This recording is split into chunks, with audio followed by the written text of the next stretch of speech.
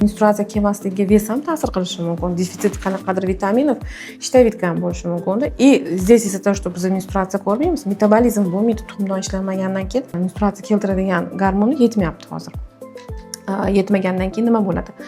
Hamma tkanlar reagировать qiladi shunga. И молочная железа. Молочная железа в первую очередь, яичникka agar gormon yetmasa, начинает реагировать. Чувствительный bo'lib qoladi, ozgina tegib ketsa ham og'riydi, ko'krak ishadi, bir xillariga dahshat jizillab og'riydi, boshqa qiladi.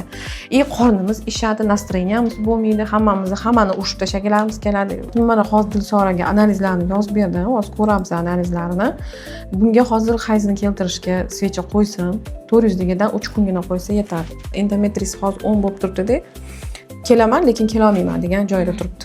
12, 13. Nima qilamiz? 12, 13 bo'lsa keladi menstruatsiya. Bichara yaxshi ham 4 oyda hech bo'lmasa 10 ga yetibdi. Bu 4 oy, 6 oy kelmasa ham 5-6 millimetrda qolib ketadi-da.